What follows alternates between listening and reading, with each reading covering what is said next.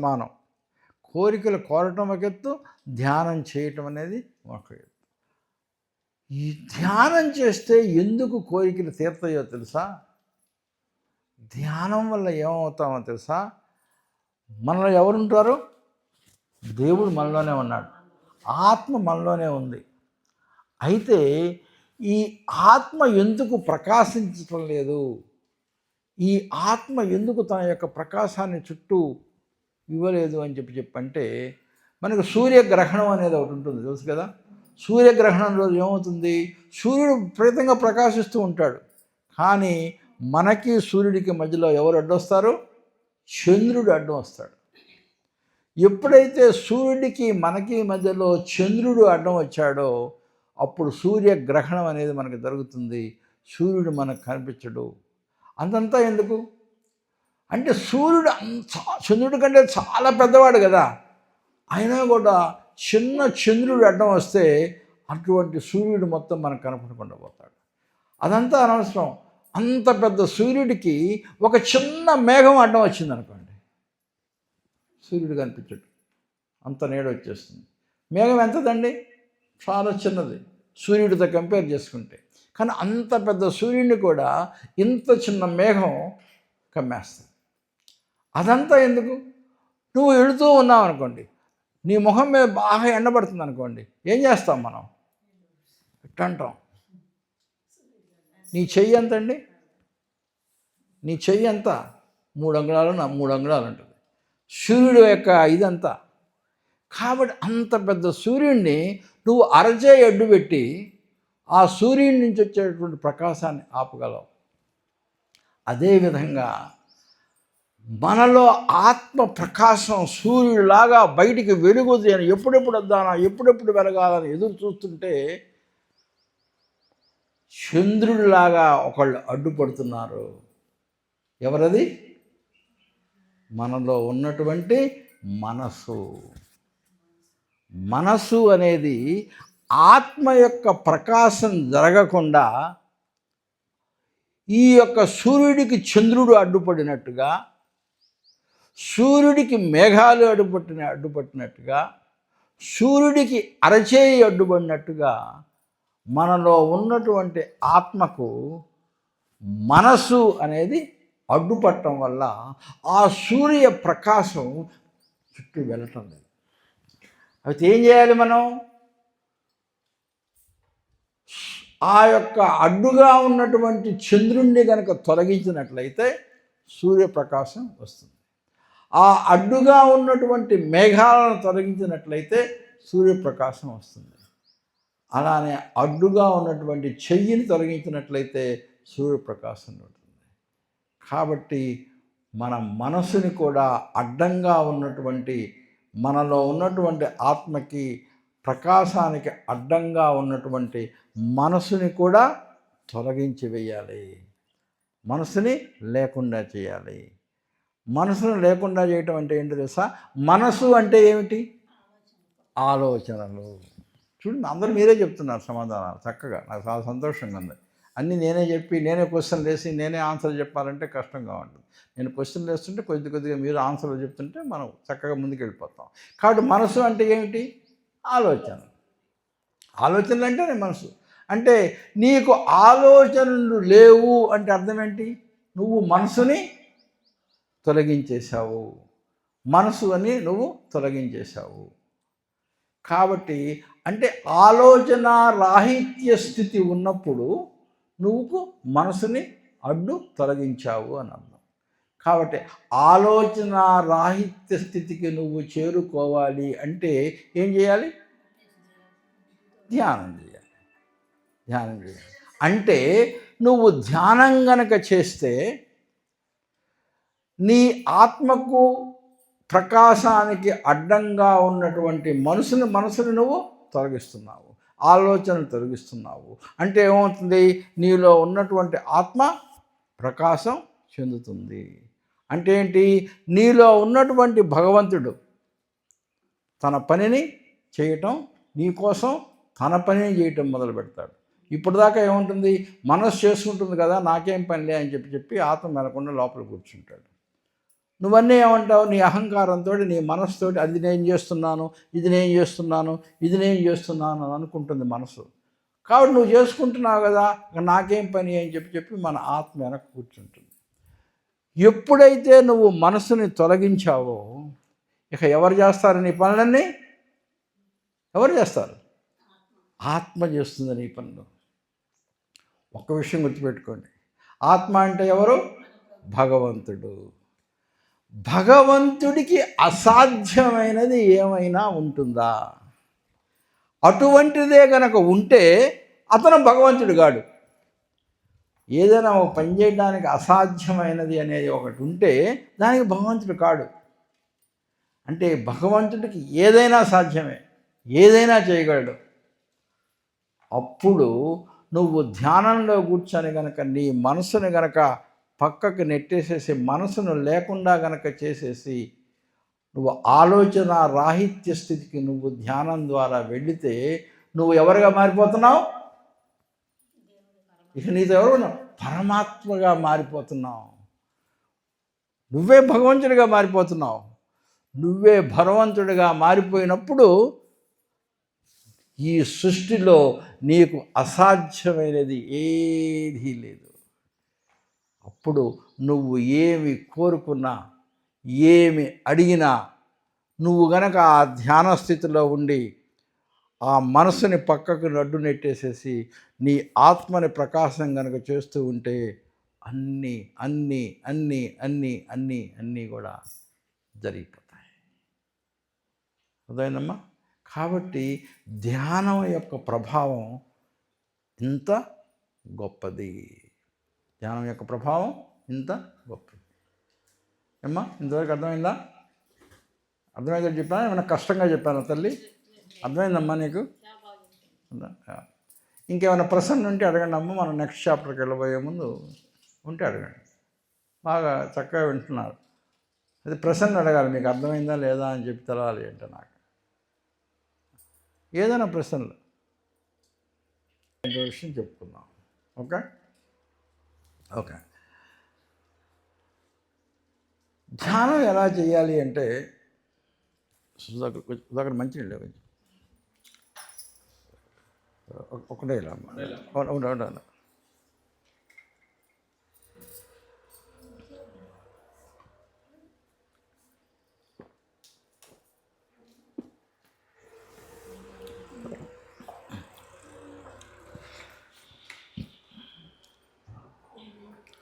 ఎలా ధ్యానం చేయాలి అంటే,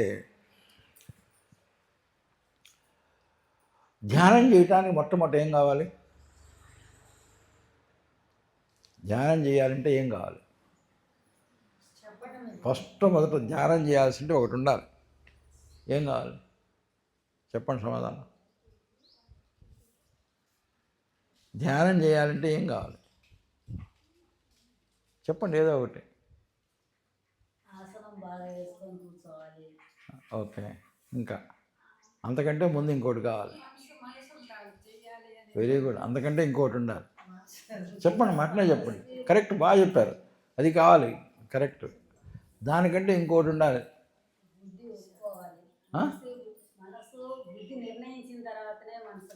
మనసు బుద్ధి కావాలి, సమయం ఉండాలి. ఓకే, దానికంటే ముందు ఇంకోటి ఉండాలి. వస్తున్నాయి ఆలోచనలు. చెప్పండి, వచ్చేస్తాం, దగ్గరికి వచ్చేస్తాం. ఏం కావాలమ్మా? మనశ్శాంతి కావాలి. ఓకే, ఏమ్మా ఇంకా అంతకంటే ముందు ఒకటి ఉంటేనే మనం ధ్యానం చేసేది. ఏం కావాలి? శరీరం కావాలి. ముందు శరీరం ఉండాలి కదా. శరీరం ధ్యానం చేయాలంటే ముందు శరీరం ఉండాలి. శవం ధ్యానం చేయలేదు కదా. శవానికి కూడా శరీరం ఉంటుంది. కాబట్టి ధ్యానం చేయాలి అంటే మొట్టమొదటి ఏముండాలి? శరీరం ఉండాలి. ఈ శరీరం ధ్యానం చేయాలి అంటే ఏంటి? ఈ శరీరం ఫస్ట్ శరీరం ఉండాలి. కాబట్టి ధ్యానం చేయాలంటే శరీరం ఉండాలి. కాబట్టి ఈ శరీరం ఎట్లా వచ్చిందో మనం ఆలోచించుకోవాలి. ఈ శరీరం ఎక్కడి నుంచి వచ్చిందమ్మా? పంచభూతాల నుంచి వచ్చింది. మంచి సమాధానం. పంచభూతాలు మన శరీరంలోకి మన లోపలికి ఎట్లొచ్చాయి? కొంచెం గాలి, కొద్దిగా నీళ్లు, కొద్దిగా అగ్ని మన లోపలికి చేరి శరీరంగా తయారైందా? లేకపోతే వేరే ఏదన్నా రూపంలో మనలోకి ఆ పంచభూతాలు దొరబండియా? ఎట్లొచ్చింది మన యొక్క దీనిలో? కాదు, ఎట్లొచ్చినాయి అవన్నీ? మన శరీరం ఎట్లా తయారైంది? ఈ యొక్క పంచభూతాలు కలిపినటువంటి అన్నం తింటే మన శరీరం తయారైంది. అంటే ఈ శరీరం ఎక్కడి నుంచి తయారైంది? అన్నం నుంచి తయారైంది. అందుకని భగవద్గీతలో చెప్తాడు, అన్నోద్భవంతి భూతాని అని చెప్పి సర్వభూతాలు తయారైంది ఎక్కడి నుంచి? అన్నం నుంచి. అది ఇంకొంచెం బాగా చెప్పండి సార్, కరెక్టేనా అది అని చెప్పంటే మీరు ఆలోచించండి. మీరు ఒక నెల రోజులు ఎక్కువ అన్నం తినారనుకోండి, ఏమవుతాం? లావు అవుతాం, శరీరం పెరుగుద్ది. ఒక నెల రోజులు అన్నం తినలేదనుకోండి, ఏమవుతుంది? శరీరం సన్నబడుతుంది. అంటే ఈ లావయ్యావు కదా, కొంత శరీరాన్ని నువ్వు పొందావు కదా, అది ఎక్కడి నుంచి వచ్చింది? అన్నంలో నుంచి వచ్చింది. కాబట్టి నువ్వు ఎక్కువ అన్నం తినలేదనుకోండి, శరీరం తగ్గిపోతుంది. ఎందుకంటే అన్నానికి శరీరానికి సంబంధం ఉంది. కాబట్టి నీ శరీరం ఎక్కడి నుంచి వచ్చింది? నువ్వు తినేటటువంటి ఆహారంలో నుంచి నీ శరీరం వచ్చింది. నెంబర్ 1. నెంబర్ 2, నువ్వు తిన్నటువంటి ఆహారంలో 50% ఉన్నటువంటి ఆహారం దేనిగా మారిపోతుంది? మలంగా బయటకు వచ్చేస్తుంది. తెల్లారి ఉదయాన్నే తిన్నటువంటి ఆహారంలో 50% మలంగా మారిపోతుంది. ఒక 30% ఆహారం మాంసంగా మారిపోతుంది. ఒక 10% ఆహారం రక్తంగా మారిపోతుంది. 50, 30, 80, ఇంకో 10%, 90. ఒక 10% ఆహారం దేనిగా మారిపోతుందో తెలుసా? నీ మనస్సుగా మారిపోతుంది. నీ మనస్సుగా మారిపోతుంది. నువ్వు ఆలోచనలుగా మారిపోతాయి.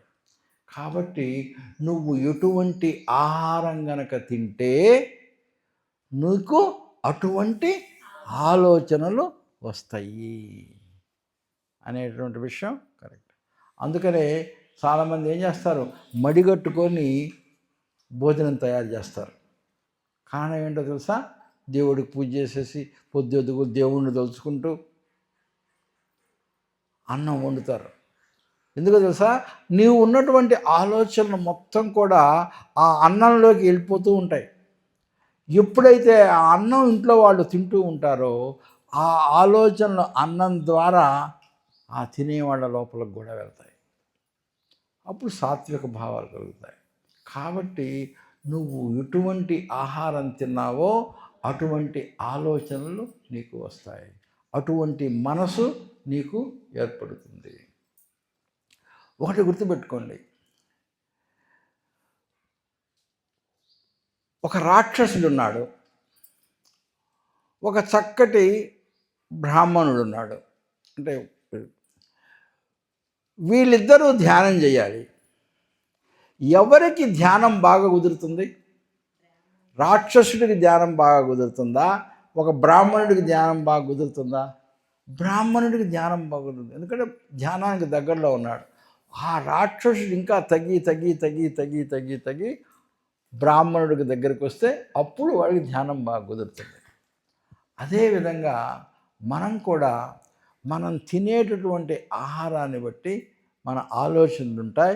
మన ఆలోచనను బట్టి మన ధ్యానం ఎంత చక్కగా కుదురుతుంది అనేటువంటి విషయం కూడా మనం అర్థం చేసుకోవాలి. కాబట్టి ఎటువంటి ఆహారం తింటే అటువంటి ఆలోచనలు నీకు వస్తాయి. ఓకే, మనం తిన్నటువంటి ఆహారం ఎటువంటి ఆహారాలు? 2 రకాలు. ఏంటది? శాకాహారం, మాంసాహారం, వెజిటేరియన్ అండ్ నాన్ వెజిటేరియన్. నువ్వు గనక మాంసాహారాన్ని గనక తిన్నప్పుడు ఆ జంతువు పడినటువంటి వ్యధ మొత్తం దేనిలోకి వస్తుంది? ఆ శరీరం నువ్వు తిన్నటువంటి దీంట్లోకి వస్తుంది. ఆ ఆహారాన్ని నువ్వు తిన్నప్పుడు ఆ జంతు లక్షణాలు, ఆ జంతువు పడినటువంటి ఆ బాధ, వ్యధ అవి మొత్తం నీలోకి వస్తాయి. నీలోకి వస్తే నీవు కూడా ఆ జంతువు ఉన్నటువంటి ఆలోచనలు, ఆ యొక్క బాధ మొత్తం నీకు వస్తాయి. అప్పుడు నీకు ధ్యానం సరిగా కుదరదు. కాబట్టి మన పత్రిజీ గారు చెప్పేదంటే మొట్టమొదట నువ్వు శాకాహారాన్ని పాటించాలి అని చెప్పి. అంటే ఇప్పుడే ధ్యానంలోకి వచ్చినటువంటి వాళ్ళు కొంతమంది ఉంటారు. సార్, మేము ధ్యానాన్ని ఇమ్మీడియట్గా ఈరోజే మానేసేయాలా, మేము ఈ ధ్యానం చేయాలి అంటే అవసరం లేదు. నువ్వు మాంసాహారివా శాకాహారివా అనే సంగతి వదిలేసాయి. నువ్వు ధ్యానం మొదలుపెట్టు. నువ్వు రోజు ధ్యానం చెయ్యి. నువ్వు ఇప్పటిదాకా ఏం చేస్తున్నావో ఆ పని చేసాయి. కొన్ని రోజులు ధ్యానం కనుక చేస్తే నీకు తెలియకుండానే నువ్వు ఇప్పుడు మాంసాహారి అయినా కూడా నీకు తెలియకుండానే నువ్వు శాకాహారిగా మార్చబడతావు. నీకు తెలియకుండానే నువ్వు శాకాహారిగా మారిపోతావు. అంతేగాని నేను మాంసాహారిని కాబట్టి నేను ఇప్పుడు ధ్యానం చేయను అంటే ముందుగా నేను శాకాహారిగా మారి తర్వాత ధ్యానం మొదలు పెట్టాలా? లేదు. అయితే మనసులో శాకాహారం మంచిది అనే ఆలోచన ముందు రావాలి. ఎందుకు మంచిది అనేది నేను కారణం చెప్పాను. అర్థం కాలేదు. కాబట్టి సమయం వస్తుంది, ఆ సమయం నిన్ను మార్చేస్తుంది. దానికి చక్కటి ఉదాహరణ ఏంటో తెలుసా? నేను ఫస్ట్ కొన్నపాడులో ఒక క్లాస్ తీసుకున్నాను. అక్కడికి చిలకలూరుపేట నుంచి ఒక స్వామి అనేటువంటి ఆయన నా ఫ్రెండు, నేను వెళ్తున్నాను సార్ మీరు కూడా రండి అని అడిగితే నాతో పాటు క్లాస్కి వచ్చాడు. ఆయన ధ్యానం స్టార్ట్ చేసి పత్రిజీ గారు ఆయన ఇంటికి వచ్చారు. ఇంటికి వచ్చి ఆయన ఇంటి పైన పిరమిడ్ పత్రిజీ గారు ప్రారంభించాడు. ఆయన చాలా ధ్యానంలో చాలా లోతుగా ఉన్నాడు. కానీ ఒకే ఒక్క బలహీనత ఆయనకి ఏంటంటే మాంసాహారం. అన్నీ మనం చాలా గొప్ప వ్యక్తి, అన్నీ చేస్తాడు. కానీ పాపం ఆయనకు ఒకే ఒక్క బలహీనత మాంసాహారం మానకపోవడం. వాళ్ళ అమ్మాయి గుంటూరులో ఉంటుంది, అనంతలక్ష్మి అమ్మాయి పేరు. ఆ అమ్మాయి కూడా మెడిటేటర్. ఏంటి నాన్న ఎప్పుడు నాన్న అంటే అమ్మాయి టైం రావాలమ్మా అని చెప్పి అంటా ఉంటాడు. కానీ అది మాత్రమే. ఆ కొన్నపాడులో నేను క్లాస్ తీసుకున్నా. ఆయన నా పక్కన ఇట్లా కుర్చీ వేసి కూర్చోబెట్టారు. నేను క్లాస్ తీసుకున్న తర్వాత నాకు ఏం చెప్పలా. గుంటూరులో వాళ్ళ అమ్మాయి దగ్గరికి వెళ్ళి అమ్మాయి, ఈరోజు నుంచి నేను మాంసాహారం ముట్టను, కోడిగుడ్డు కూడా నేను తాకను, కాబట్టి ఈరోజు నుంచి నేను పూర్తిగా వెజిటేరియన్గా మారిపోతున్నానమ్మా అని చెప్పి వాళ్ళ అమ్మాయికి చెప్పి తర్వాత, సార్ చాలా థ్యాంక్స్ సార్, మీరు బాగా చెప్పారు, ఎందుకో మీరు చెప్పిన తర్వాత నాకు శాకాహారంగా ఉండి మాంసాహారాన్ని మానేయాలని కలిగింది అని చెప్పి ఆయన చెప్పడం జరిగింది.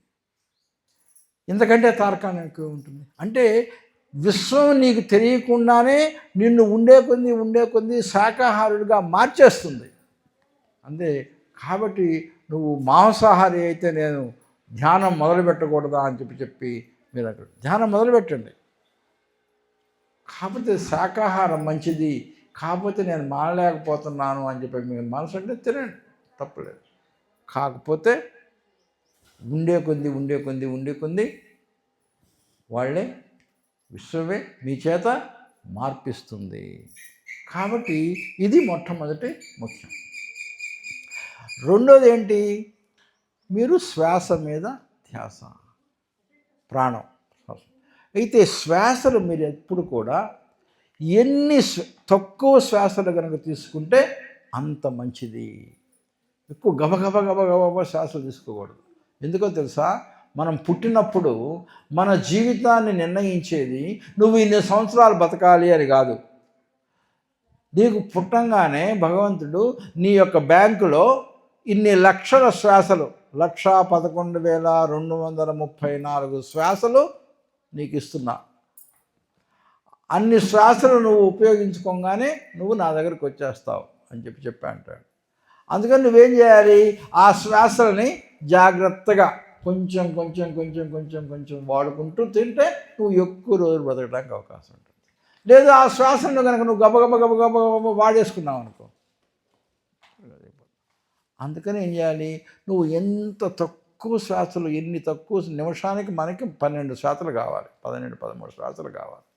కొంతమంది 6-7 శ్వాసలతోనే బతికేవాడు ఉన్నారు ఈ ధ్యానం ప్రాక్టీస్ చేసి.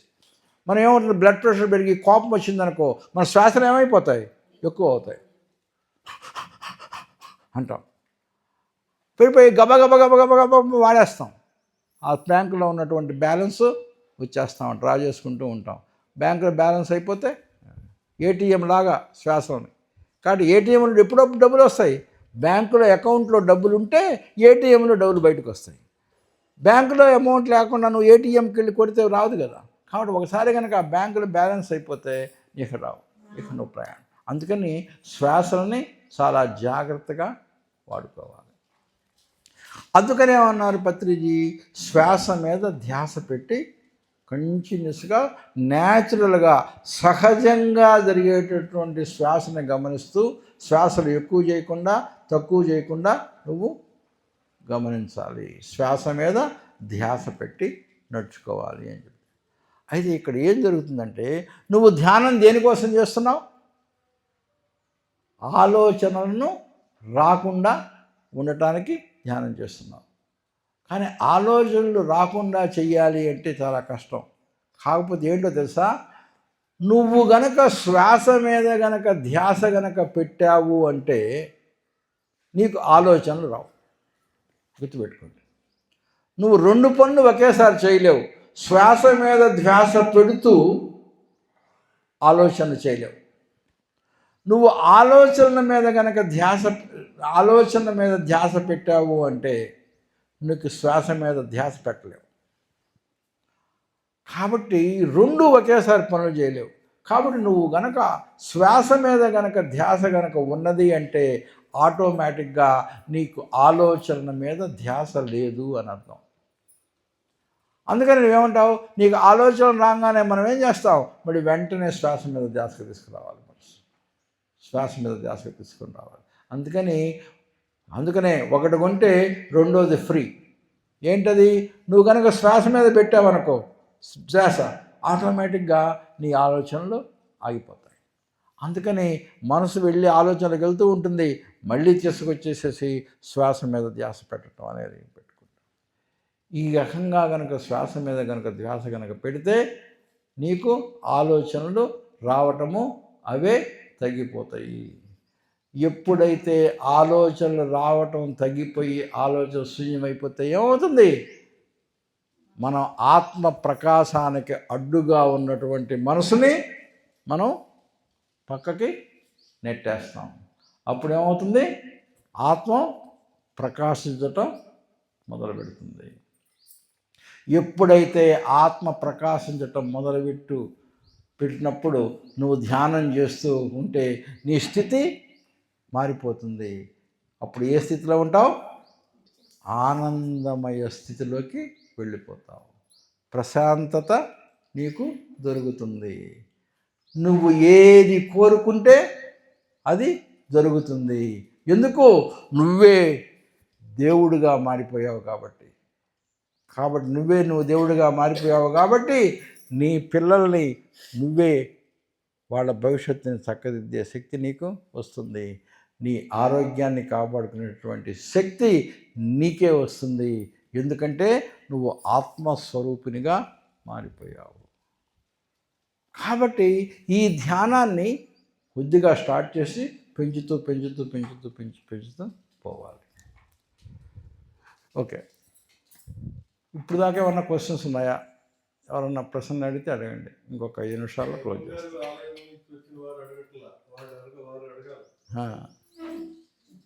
అడగండి అమ్మా. ఓకే, పోతే ధ్యానం ఎట్లా చేయాలి, ధ్యానం ఎంతసేపు చేయాలి, ఎవరైనా చెప్పారా? ఎంతసేపు చెప్పారమ్మా? మీ వయసు ఎంతైతే అన్ని నిమిషాల సేపు ధ్యానం చేయాలి. మీ వయసు ఎంతైతే అన్ని నిమిషాల సేపు ధ్యానం చేయాలి. మీ వయసు 50 అనుకోమ్మా, 50 నిమిషాలు చేయాలి. మీ వయసు 30 అనుకోమ్మా, 30 నిమిషాల సేపు ధ్యానం చేయాలి. ఇదేంటి కనీసం మినిమం. ఎక్కువ ఎంతసేపు అయినా చేయొచ్చు, 2 గంటలు చేయొచ్చు, 3 గంటలు చేయొచ్చు, మీ ఇష్టం. కానీ కనీసం మీ వయసు ఎంతైతే ఉంటుందో అన్ని నిమిషాల సేపు ధ్యానం చేయాలి. నెంబర్ 1. నెంబర్ 2, రోజుకి ఎన్నిసార్లు చేయాలి? రోజుకి 2 సార్లు ధ్యానం చేయాలి మినిమం. ఎప్పుడు చేయాలి? మొట్టమొదటిసారి ధ్యానం వేకుజామున 4-6 మధ్యలో ధ్యానం చేయాలి. ఎందుకంటే దాన్ని అమృత కాలం అంటారు, లేకపోతే బ్రహ్మ ముహూర్తం అని చెప్పి అంటారు. ఎందుకంటే ప్రకృతి అంతా కూడా ఆ టైంలో చాలా ప్రశాంతంగా ఉంటుంది. ఆ టైంలో మీరు ధ్యానం చేయాలి. చేస్తే మీ మనసు త్వరగా ప్రశాంతతకి చేకూరుతుంది. రెండో సమయం ఏంటంటే మీరు పడుకోబోయేటటువంటి ముందు ఇల్లంతా తలుపులు వేసేసి స్టవ్ కట్టేసేసి ఇక నెక్స్ట్ అయిపోవడం, అయిపోగానే నేను ఇక మంచం ఎక్కుతున్నాను, ఇక నేను నిద్రలోకి పోవటమే కావాల్సిన. కానీ మంచం మీద ధ్యానం చేయకూడదు. మంచం ఎక్కబోయే ముందు కూర్చొని మళ్ళీ ఉదయం ఎంతసేపు చేసావో సాయంత్రం అంతసేపు ధ్యానం చేయాలి. చేసిన తర్వాత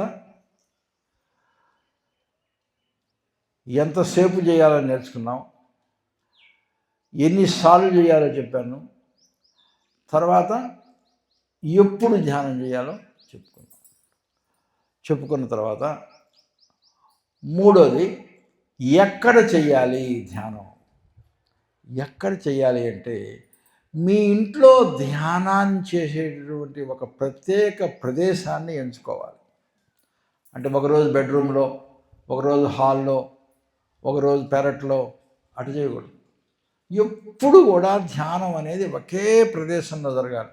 మీరు పూజకి ఎప్పుడైనా సరే దేవుణ్ణి ఒకే చోట పెట్టుకొని ఏ రకంగా చేస్తారో అదేవిధంగా మీరు ధ్యానాన్ని కూడా ఎప్పుడు కూడా ఒకే ప్రదేశంలో పెట్టుకొని చేయాలి. ఎందుకంటే స్థల ప్రభావం, స్థల మహిమ కాబట్టి అక్కడ ఆ ధ్యాన తరంగాలు బాగా ఇదిగా ఉంటాయి. కాబట్టి ఒకే ప్రదేశంలో ధ్యానం చేయటం అనేది చాలా ఇంపార్టెంట్. ఎక్కడైనా పర్లా, అది మీరు ఎక్కడైనా చేయండి, అది మీ విషయం. కాబట్టి ఎప్పుడు కూడా ధ్యానం అనేది ఒకే ప్రదేశంలో ఒకే చోట ధ్యానం చేయాలి. అర్థమైందమ్మా? ఒకే చోట ధ్యానం చేయాలి. తర్వాత మీరు ఎక్కడైతే ధ్యానం చేస్తున్నారో వీరైతే ఆ ప్రదేశాన్ని చక్కగా అలంకరించుకోండి. ఒక దైవ మంటపాన్ని ఏ రకంగా ఇస్తారో తీసుకోండి. అవసరమైతే వీలైతే ఆ ప్రదేశంలో పైన ఒక పిరమిడ్ పెట్టుకోండి. ఆ పిరమిడ్ వల్ల చాలా చాలా చాలా ఉపయోగాలు ఉన్నాయి. అది ఎప్పుడన్నా వేరే క్లాస్కి వచ్చినప్పుడు నేను మళ్ళీ చెప్తాను పిరమిడ్ వల్ల ఉపయోగాలు ఏంటి అని చెప్పి పిరమిడ్ చేశాను. ఇదంతా అయిపోయిన తర్వాత ఏమా పిరమిడ్ గురించా? పిరమిడ్ సాసే పట్టుద్దమ్మా. తర్వాత చేసిన తర్వాత మీరు ఏం చేయాలంటే చక్కగా అటువంటి ఒక పుస్తకం తీసుకోండి. పాపం మీకు పేపర్ కావాలమ్మా, పాపం వారికి ఒక పేపర్ ఇవ్వమ్మా. పాపం చేతి మీద రాసుకుంటున్నారు మీరు. మీకు పేపరు ఉందమ్మా? Okay okay okay. మీరేం చేయాలంటే మీకు ఒక చిన్న బుక్ లాంటిది తీసుకొని ధ్యానం అయిపోగానే మీ ధ్యానాన్ని గురించి ఆ రోజు ఏం జరిగింది అనేది ఒక వాక్యం దాంట్లో రాయండి. ఈరోజు నాకు ధ్యానం బాగా జరిగింది, లేకపోతే నాకు ఈరోజు ధ్యానం చేస్తుంటే ఆలోచనలు వస్తున్నాయి, ఈరోజు నేను ధ్యానం సరిగా చేయలేకపోయాను, ఈరోజు నాకు ధ్యానం బాగా కుదిరింది, ఈరోజు నాకు ఈ అనుభవం వచ్చింది, ఏదో ఒకటి ఆ ధ్యానాన్ని గురించి ఒక మాట రాయండి. ఈ రకంగా కనుక రాస్తే ఒక 2-3 నెలలు అయిపోయిన తర్వాత మీరు రాసినటువంటి పుస్తకాన్ని కనుక మీరే చదివి బ్యాక్ తీసి చూశారనుకోండి, మీకే అర్థమవుతుంది ఆ ధ్యానంలో మీరు ఎంత అభివృద్ధి సాధించారు అనేటువంటి విషయం మీకే అర్థమవుతుంది. కాబట్టి ఈ రకంగా కనుక మీరు ధ్యానం చేస్తే మీకు ఆ ధ్యానం యొక్క ప్రభావం చాలా చక్కగా ఉంటుంది. మీరు ఏ కోరిక కనుక కోరారో అవన్నీ కూడా మీరు సాధించుకునేటువంటి అవకాశం మీకు దొరుకుతుంది.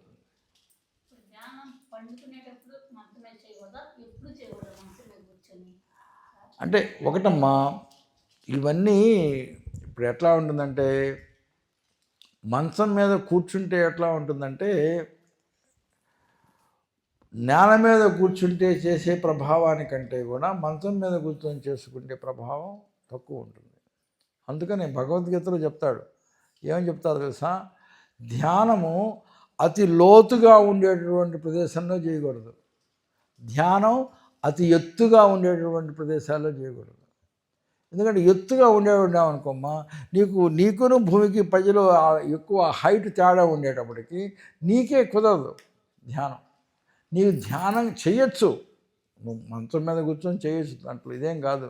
కానీ మంచం మీద కూర్చునే ఎక్కువ ధ్యాన ప్రభావం నీకు రావాలి అంటే కింద కూర్చొని చేయాలి. అది కింద లేని తప్పదు. ఇప్పుడు కింద వాళ్ళు అన్నారు, కింద కూర్చోలేని వాళ్ళ పరిస్థితి ఏంటి, ఇది తప్పదు. ఎందుకంటే నువ్వు కింద కూర్చొని పొద్దుగూకులు నువ్వు నీ కాళ్ళు సహకరించకుండా ఇట్లా అనుకుంటా ధ్యానం చేసుకుంటా, దానితో పాటు కనీసం నెక్స్ట్ స్టెప్ ఇప్పుడు కింద కూర్చోవడానికి అవకాశం లేదు, కాబట్టి కూర్చో చక్కగా. కాబట్టి ఇది నెక్స్ట్ స్టెప్. కాకపోతే నువ్వేమవుతావు అప్పుడు, కాబట్టి నీ అక్కడ కూర్చుంటే బెస్ట్. కాబట్టి అక్కడ కూర్చోలేనప్పుడు అసలు అయితే నువ్వు అక్కడ కూర్చోకపోతే ధ్యానం లేదు, ఇక నువ్వు చేయడానికి వీల్లేదు అనడానికి లేదు, నువ్వు ధ్యానం చేయాలి. కాబట్టి నెక్స్ట్ స్టెప్ ఇది అంటే నేను చెప్తుంది ఏంటి, ఐడియల్ సిచ్యుయేషన్ అంటే నీకు ఉంటే అది బెస్ట్. కాబట్టి నేను కింద కూర్చోలేను కాబట్టి నేను ధ్యానం చేయడానికి పనికిరానా, అదేం లేదు. నిన్న ఒక ఇంటికి వెళ్ళాము, ఆమెకి సార్ నేను ఏగుజాను 3 గంటలు 4 గంటలకి 5 గంటలకి మధ్యలో నేను ధ్యానం చేయటం నాకు వీలు కాదండి అని చెప్పింది. ఎందుకనమ్మా అన్న. ఏమండి మా ఆయన 4 గంటలు 5 గంటల మధ్యలో డ్యూటీకి వెళ్తాడు, నేను ఆయన్ని పంపించే ఏర్పాటు చేయను, ఆయన పంపించగానే కూర్చొని తర్వాత ధ్యానం చేస్తాను. తప్పదు. నేను 4 గంటల 6 గంటలకి ఓకే నువ్వు 4 గంటలు 6 గంటలకు ధ్యానం చేయడానికి వీల్లేదు కాబట్టి నువ్వు ధ్యానానికి పనికిరావని అనడం కదా, మంచిది ఆలోచన చేస్తే. కాకపోతే ఏంటి, ఇంకోటి కూడా గుర్తుపెట్టుకోండి, నువ్వు గనక ఈ రకంగా కనుక ధ్యానం చేసి చేసి చేసి చేసి కొన్ని రోజులు అయిపోయిన తర్వాత అప్పుడు ఈ నియమాలకు నువ్వు కట్టుబడాల్సిన అవసరంలా. ఏం చేస్తావో తెలుసా, నువ్వు కొన్ని రోజులు అయిపోయిన తర్వాత నువ్వు నిత్యము ధ్యాన స్థితిలోనే ఉంటావు.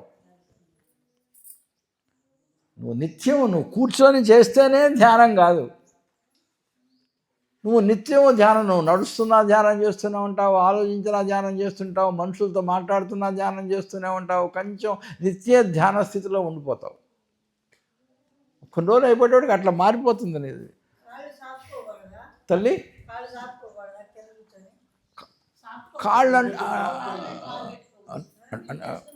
నువ్వు కూర్చోలేకపోతే అంటే కాళ్ళు చాపుకోవచ్చమ్మా. కాకపోతే ఏంటంటే నేను చెప్పేది ఏంటంటే ఐడియల్ అమ్మా, అట్లా ఉంటే మంచిది. ఒకవేళ నేను అలా చేయలేదనుకో కాకపోతే ఏముంటుందంటే నీకు అలా చేసావనుకో నీకు 100% ఫలితం వస్తుంది. నువ్వు ఇలా చేసావనుకో అసలు నీకు ఫలితం రావడానికి అని కాదు, నీకు 90 మార్కులు వస్తాయి, చాలు కదా. అది నేను చెప్తున్నాను. కాకపోతే ఏంటంటే ఎక్కువ ఇవన్నీ ఏంటి కొన్ని రోజుల వరకే. నువ్వు కొన్ని రోజులు చేసి ఒక స్టేజ్కి వచ్చిన తర్వాత అసలు నువ్వు కూర్చొని ధ్యానం చేయాల్సినటువంటి అవసరం కూడా లేదు. నువ్వు నిత్య ధ్యాన స్థితిలో ఉంటావు, నిత్యం ధ్యాన స్థితిలో ఉంటావు. నువ్వు నడుస్తున్నా ధ్యానమే, మాట్లాడుతున్నా ధ్యానమే, ఏం చేసినా ధ్యానమే, ఏం చేసినా ధ్యానమే. ఆ స్టేజ్కి ఎదగాలంటే కొన్ని నిత్యలు ఉన్నాయి, కొంచెం కొద్దిగా పైకి వెళ్ళాలి. ఒక స్టేజ్కి వచ్చేదాకానే ఈ నియమాలన్నీ. ఆ స్టేజ్కి వచ్చిన తర్వాత ఇప్పుడు నిన్న మంది ఆమెను ఎన్ని రోజుల మీద ధ్యానం చేస్తున్నావమ్మా అన్నాను. దాదాపు 5-6 సంవత్సరాల నుంచి చేస్తున్నానండి. ఆమె పాపం పిలుచుకొని ఆమె ఆమె అందరిని పిలిచేసి ఇంట్లో చీరలు పైన ఇదేయాలి కదా, పైన చూస్తే ఏమన్నాయో తెలుసా, ఆమె కట్టుకునే చీరలు కట్టింది పైన ఎండకి, పక్కన చీరలు కట్టింది.